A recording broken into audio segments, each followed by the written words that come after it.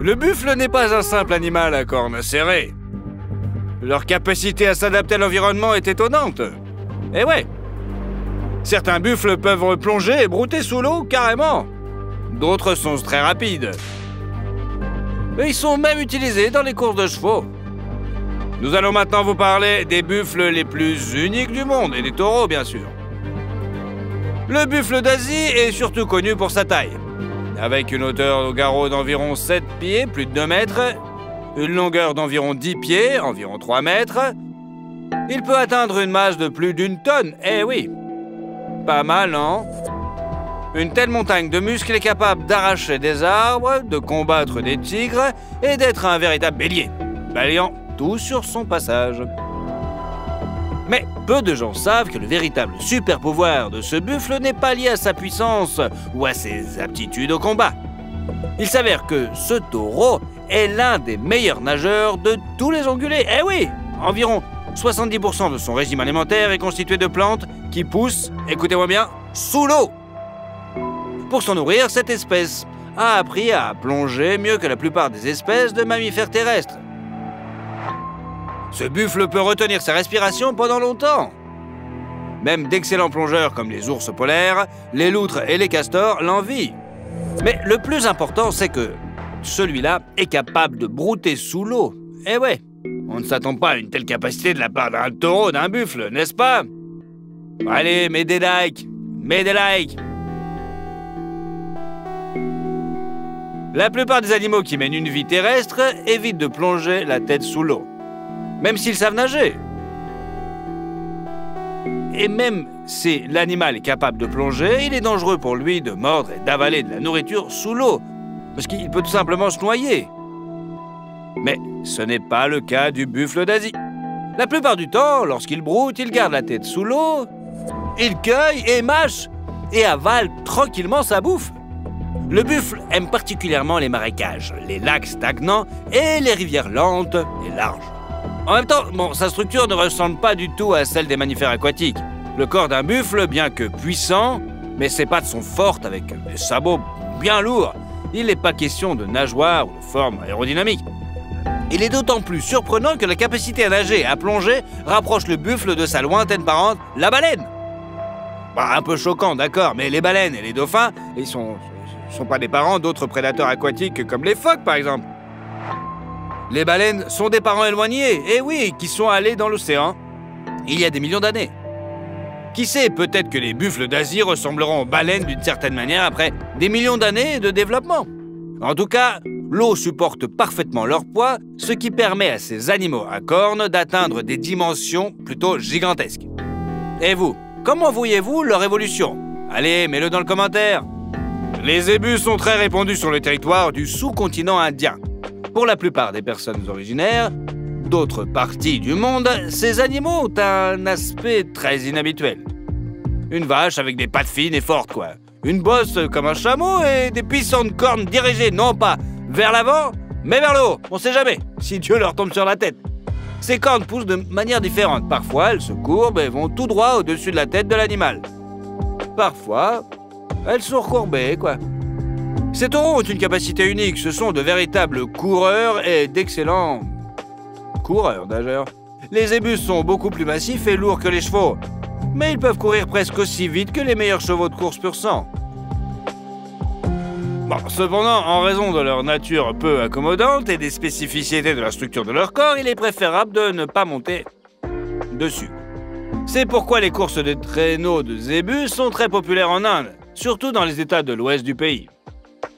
Le plus étonnant, c'est qu'il n'est pas nécessaire de préparer la route pour ces ongulés. Bien sûr, ils ne doivent pas être dirigés vers la jungle les plus épaisses, car un taureau puissant ne peut tout simplement pas les traverser.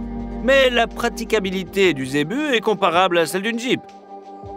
Aimeriez-vous essayer de monter sur un traîneau tiré par ces animaux? Allez, mets-le dans les commentaires. L'énorme vitesse, l'endurance et la patence ne sont pas les seules caractéristiques de la structure de l'animal. Eh oui! Bien que les chameaux ne soient pas étroitement liés aux zébus, les deux animaux ont une bosse. Mais les scientifiques ne savent pas encore exactement à quoi elle sert. À quoi sert cette truc-là? Les chameaux ont besoin de leur bosse pour stocker des nutriments, Bien sûr, l'eau pure n'y est pas stockée, mais seulement les réserves de graisse. Mais lors d'un jeûne prolongé, c'est grâce à ces accumulations que les chameaux peuvent vivre sans eau ni nourriture aussi longtemps qu'aucun autre animal du monde. Voici un autre argument en faveur de la constitution de réserve. Bon, ainsi, la bosse du zébu, bien qu'elle présente une couche de graisse assez dense, est encore principalement constituée de muscles. Bien qu'elle soit peu développée chez les petits, les adultes se distinguent par des bosses assez larges qui ressortent fortement sur le dos droit de l'animal. La raison de cette particularité reste un mystère. Qu'en pensez-vous?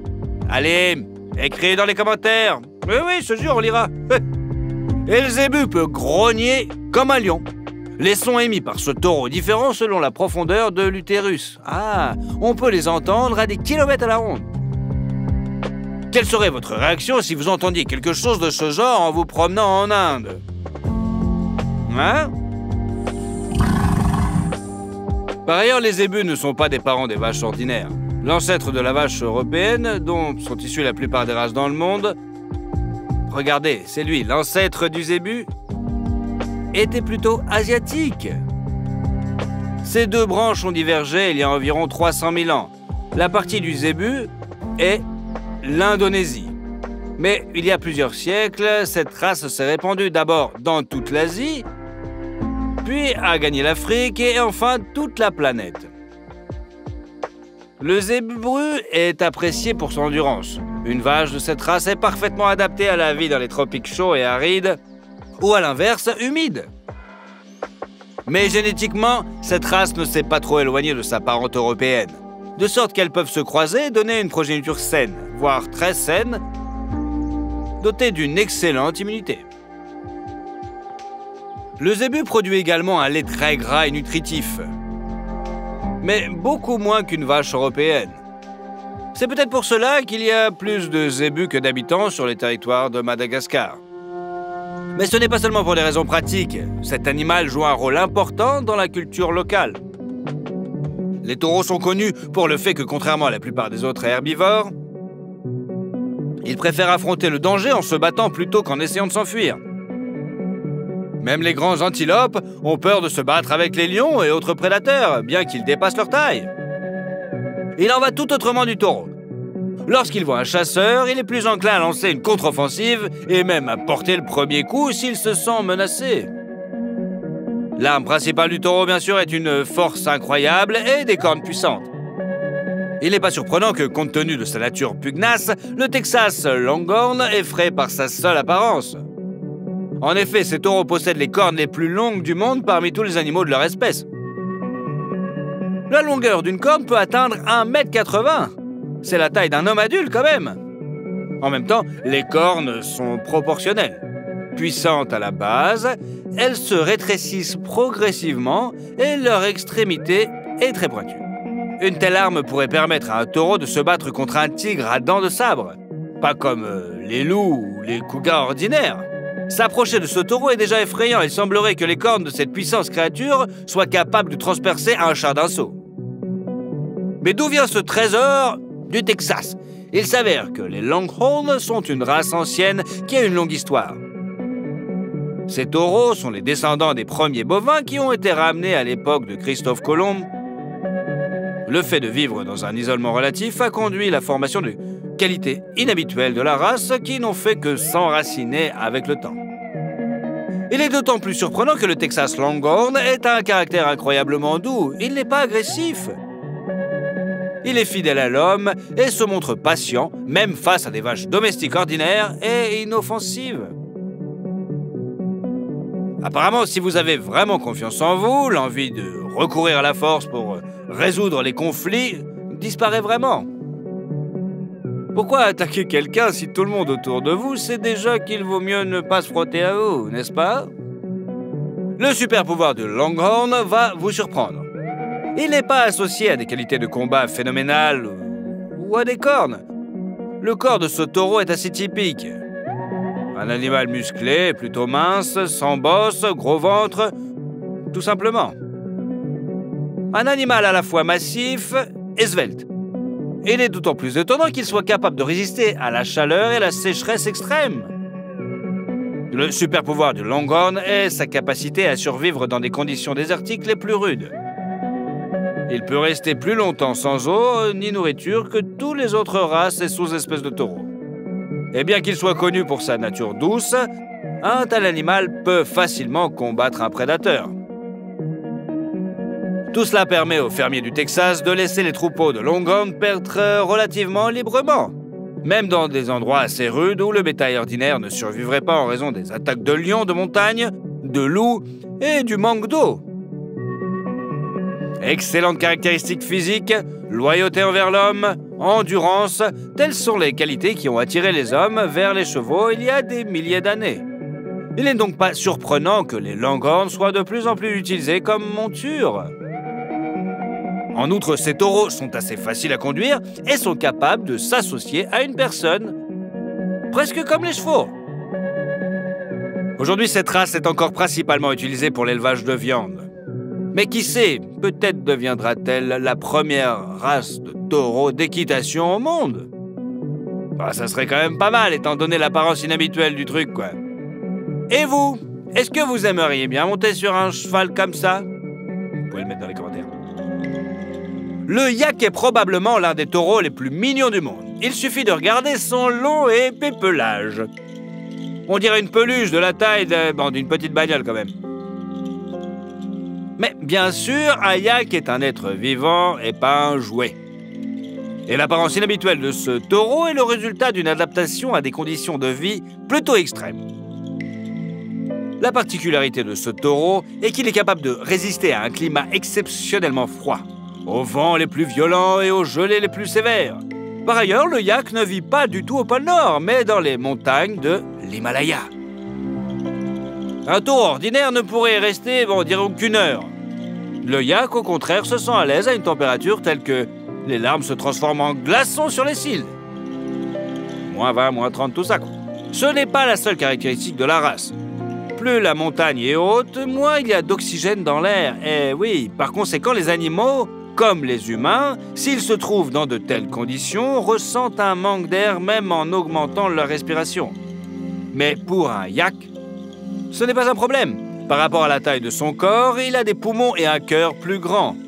En outre, le sang d'un yak transporte beaucoup d'oxygène comparé au sang d'autres mammifères. Cependant, l'animal ne peut pas contrôler ce super-pouvoir. S'il essaie de descendre des montagnes, il souffrira de surchauffe et d'un taux d'oxygène trop élevé dans le sang. En raison de l'absence quasi totale de chaleur dans les montagnes, l'échange thermique des yaks sauvages a changé. Ils n'ont pratiquement pas de glandes sudoripares et partant, qui nous semble frais, le yak souffrirait de surchauffe et de coups de chaleur. Il y a environ 3000 ans, les yaks ont réussi à être domestiqués. La manière dont ils sont parvenus reste un mystère. Le fait est que le yak sauvage ne tolère tout simplement pas le territoire maîtrisé par l'homme.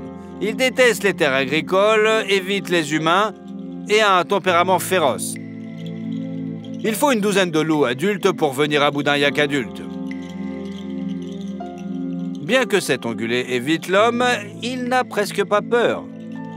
Mais d'une manière ou d'une autre, certains de ces animaux ont réussi à être apprivoisés. Les yaks se battent également entre eux, généralement pour s'approprier une femelle. La plupart des taureaux et autres animaux à cornes rencontrent des cornes dans de tels cas. Mais le yak est cruel. Il essaie de frapper son adversaire du côté pour lui infliger une blessure grave. Cependant, dans la plupart des cas, ces combats ne se terminent pas fatalement et les deux adversaires survivent, bien que bien meurtris. C'est ainsi qu'est apparu le yak domestique, un animal très important pour de nombreux peuples de l'Himalaya. Il donne de la laine, du lait et est utilisé comme un animal de bas. Un yak domestique est beaucoup plus petit qu'un yak sauvage et a un caractère plus calme. Le yak sauvage mesure environ 2 mètres et pèse jusqu'à 1 tonne. La longueur du corps du yak sauvage mâle dépasse 4,5 mètres. Ce qui en fait l'un des plus grands animaux de montagne au monde. Les animaux domestiques sont presque un quart plus petits. Ils peuvent vivre en dehors des montagnes, tolèrent l'élevage dans les fermes, mais ils ont en même temps conservé l'endurance de leurs ancêtres sauvages. En même temps, le yak domestique se croise avec d'autres espèces et races de taureaux, et même avec ceux qui vivent dans un climat relativement chaud et humide. En général, le croisement est utilisé pour donner à l'hybride un caractère plus docile. En effet, bien que le yak domestique soit un animal flegmatique, il reste assez têtu et l'éleveur doit se montrer prudent avec lui. Quel type de taureau unique vous a le plus frappé? Répondez dans les commentaires et n'oubliez pas de vous abonner. Et oui, c'est comme ça qu'on vit. Il y a beaucoup de créatures vivantes intéressantes et inhabituelles dans le monde dont nous voulons vous parler. Et oui. Le rongeur est trop gros pour être avalé par le serpent. Mais il peut se repaître de ses petits. Sauf que le serpent a sous-estimé son instinct maternel. Le lapin a montré ce qu'il savait faire et a surpris le reptile. Et nous aussi, pour être honnête. Qui aurait pu s'attendre à des capacités de combat aussi impressionnantes de la part d'une lapine, tout ce qu'il y a de plus ordinaire? Il suffit de voir à quel point elle se bat désespérément. De puissants coups de patte alternent avec des morsures douloureuses. Elle saute, rebondit sur le sol et sur le serpent lui-même, tournant sans cesse, manœuvrant, frappant encore et encore. C'est que le début, d'accord et d'accord. Le serpent lui-même n'est plus heureux d'être venu attaquer les petits de cette princesse guerrière aux grandes oreilles. Le reptile a définitivement regretté son choix d'adversaire lorsqu'il a reçu plusieurs morsures au cou. Les dents du lapin, bien que conçues pour la nourriture végétale, peuvent supporter aussi des choses assez dures, ce qui signifie qu'elles peuvent supporter sans problème les écailles de serpent. Malheureusement, la leçon que le lapin a donnée à ce reptile lui a coûté trop cher. Elle a reçu sa dose de venin. Quelques minutes après la fin du combat épique, la toxine a arrêté le cœur de cette lapine, mais elle semblait savoir ce qu'il attendait et s'est farouchement battue une dernière fois. Une telle bravoure aurait été admirée non seulement par les lions, mais aussi par 300 Spartiates. Ce comportement désespéré s'explique peut-être par le fait que le serpent a eu le temps de tuer les lapins et que la femelle n'a personne d'autre à protéger. Elle a donc décidé d'au moins venger les petits. Cependant, de nombreux scientifiques considèrent qu'un tel comportement est trop complexe pour un lapin, qui n'est pas considéré comme un animal particulièrement intelligent. Mais nous ne trouvons pas d'autre explication. Et toi, qu'en penses-tu? Fais-nous part de ton avis dans les commentaires. On pense que l'écureuil est le même que le rat, mais avec une queue plus touffue. Cette queue, associée aux pompons sur les oreillers et la capacité d'attraper des objets avec les pattes avant, donne à l'écureuil un air plutôt mignon. C'est pourquoi les gens les considèrent probablement comme les meilleurs de tous les rongeurs. Mais il ne s'agit là que de bonnes relations publiques. Un écureuil n'est pas une petite créature innocente qui a constamment besoin d'être protégée. Il peut être aussi effronté et fort qu'un gros rat. Regardez ses yeux. Voyez-vous ce petit visage mignon? C'est en fait le regard d'un dur à cuire qui aime se battre. Tu ne me crois pas? Eh bien, ce serpent pensait lui aussi qu'il allait avoir droit à un petit encas. Pourquoi? Ramper, l'attraper, lui injecter du venin et il est prêt à avaler une proie incapable d'opposer une résistance sérieuse. Erreur fatale. Le reptile est entré en contact avec l'adversaire le plus dangereux de sa vie. Dès que l'écureuil a repéré le serpent, il a immédiatement lancé une attaque frontale. Inattendu? Ce n'est pas la dernière surprise de cet animal roux. Il s'est battu comme un tigre. Et même mieux, car le serpent est énorme par rapport à l'écureuil. Il est environ 3 fois plus long. Les tigres ont tendance à reculer face aux grands pythons. Mais cet écureuil n'a pas seulement attaqué, il a pu tuer le serpent en quelques minutes. Étonnamment, la technique du rongeur s'est révélée très dangereuse. Mais efficace. La plupart des animaux qui chassent des serpents venimeux les combattent à distance. Un lancer rapide comme l'éclair, une morsure ou un coup, et la retraite avant que le serpent ne puisse contre-attaquer. L'écureuil, lui, se bat à bout portant. Il agit avec ses pattes et ses dents acérées avec une telle rapidité que même dans cette position, le serpent n'avait aucune chance d'injecter sa toxine dans le corps de l'ennemi. Par conséquent, l'écureuil n'a pas réussi à mordre une seule fois. Et les dents acérées du rongeur, qui ouvrent facilement la coquille coriace des noix, des noisettes, ont également ouvert les écailles du serpent et atteint ses points vulnérables. Étonnamment, il ne s'agit pas d'un cas unique. Partout sur la planète, les écureuils terrorisent les serpents. Il semble qu'après des millions d'années de tyrannie, les rongeurs se soient levés et appris à se défendre contre leurs vieux ennemis. Différentes espèces d'écureuils s'attaquent aux crotales en Amérique et aux combras en Asie et en Afrique. Il semble que les serpents devront bientôt se tourner vers d'autres proies. À la fin, on voit qu'un autre écureuil a réussi à s'attaquer à un serpent venimeux sans faire de victime.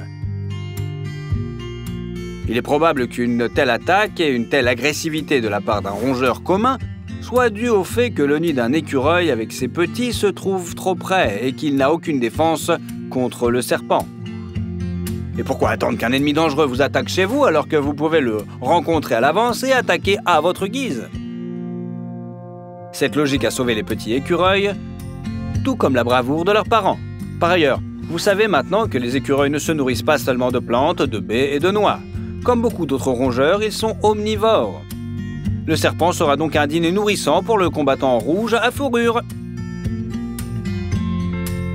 Il existe des serpents capables de chasser des crocodiles et des alligators adultes.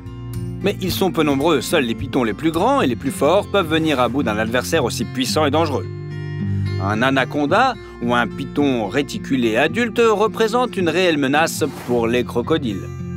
Mais tous les autres serpents ne sont que des victimes parmi d'autres. Ce serpent n'a pas compris à qui il s'attaquait et a tenté d'utiliser ses tactiques habituelles, enchevêtrer, étrangler, avaler, mais en vain. Le crocodile est trop grand pour ce reptile.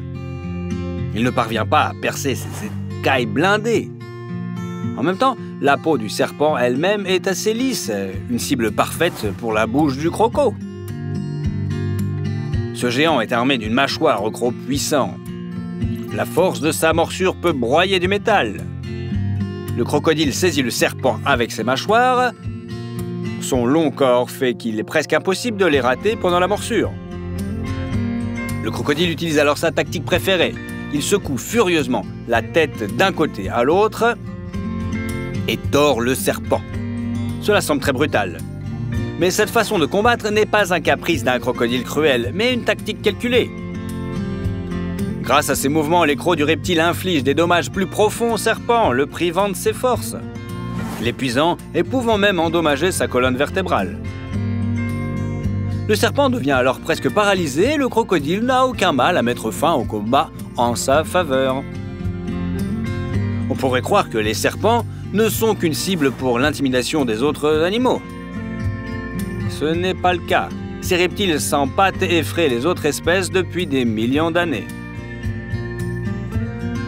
Ces serpents sont devenus des prédateurs efficaces en profitant à 100% des possibilités offertes par leur corps dépourvu de membres.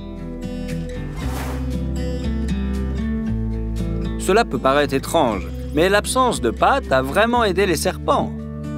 Leur corps ne présente pas de séparation nette entre le cou, le tronc et la queue, ce qui leur permet d'utiliser tous les muscles de leur corps pour se déplacer, et comme arme. Les pythons et les boas sont capables d'utiliser efficacement ces armes directement pour la chasse. Ces serpents n'ont pas besoin de chercher le cou de leur victime pour l'étrangler. La force de ces muscles chez les serpents est tout simplement incroyable. Lorsqu'ils étranglent leur proie, ils resserrent progressivement leur anneau en tendant ces muscles à plusieurs reprises. Ils peuvent comprimer la poitrine de leur proie de telle sorte qu'à chaque expiration, il y a de moins en moins de place dans leurs poumons pour la respiration suivante. Ils n'ont tout simplement nulle part où inspirer.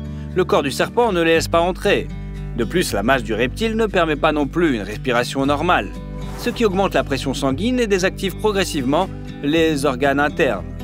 En raison de l'imperfection du système cardiovasculaire, les reptiles ont beaucoup moins d'endurance que les mammifères. Mais les particularités de la structure musculaire du corps d'un python ou d'un boa constricteur leur permettent de se battre pendant 1 heure avec leur victime qui s'affaiblit de minute en minute. Il est extrêmement difficile de se défaire de cette emprise. Même si l'animal est 1,5 fois à 2 fois plus lourd qu'un serpent, s'il est pris dans un tel piège, la probabilité de s'échapper fond à chaque minute. Une fois que le python ou le boa constricteur a surmonté la dernière résistance de la victime, il serre son corps encore plus fort pour lui infliger des lésions internes. Les côtes cassées et les lésions de la colonne vertébrale mettent à elles seules la cible hors du combat. Mais en plus, les fragments d'os endommagent les poumons et le cœur. Tel est le destin du léopard. Effrayant pour un si bel animal, n'est-ce pas? Il a également peur, mais non seulement il surmonte sa peur, mais il utilise son principal avantage pour résister à la puissance écrasante de l'étreinte du serpent. L'agilité est l'atout de la panthère tachetée. Le léopard est la plus petite des panthères. Bien sûr, ils sont grands et peuvent se tenir sur leurs pattes arrière et regarder un homme adulte dans les yeux, mais la force physique des léopards est inférieure à celle des lions, des tigres et des jaguars. Est nettement inférieure. Cependant, les léopards restent l'un des prédateurs les plus efficaces, car en termes d'agilité, ils surpassent probablement tous les autres félins sauvages. Et il est certainement plus rapide que ce terrible serpent. Il a réussi à attraper le léopard et a déjà commencé à l'entourer de ses anneaux. Les secondes s'égrènent.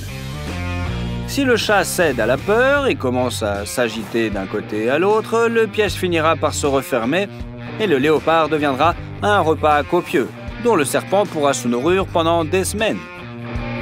Mais cette erreur, la courageuse panthère ne la commet pas.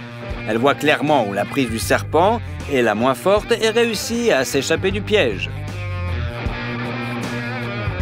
Le léopard s'échappe au tout dernier moment et saute littéralement en liberté. Mais si vous pensez qu'après ce sauvetage heureux, le léopard se retire pour ne plus jamais s'approcher des serpents, vous sous-estimez clairement ce félin. Il contre-attaque le reptile et se jette tout simplement sur lui.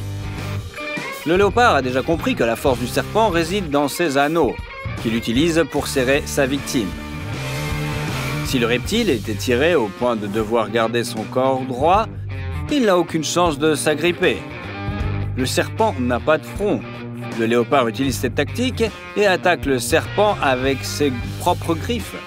Mais le chat n'agit pas de manière irréfléchie. Il calcule subtilement au beau milieu d'un combat extrême avec un reptile plus grand et à courte distance. De telles capacités d'improvisation et de calcul feraient l'envie des meilleurs combattants de MMA, n'est-ce pas? Dans d'autres cas de combat avec de grands serpents, le léopard agit de la même manière. Il épuise le serpent, le frappe plusieurs fois avec ses griffes. Lorsque nous avons dit que les léopards étaient inférieurs aux tigres et aux lions, cela ne signifiait pas que le prédateur tacheté était faible. Par rapport aux autres animaux de sa catégorie de poids, les capacités physiques de cette panthère sont impressionnantes. Chaque coup d'un léopard pourrait laisser une bosse dans le métal. La couleuvre n'est visiblement pas contente de subir une telle raclée. Elle regrette déjà de s'être engagée avec cet adversaire et puis le chat provoque le serpent et l'oblige à étirer son corps. Quelques minutes de lutte et la panthère met fin au duel avec ses puissants crocs.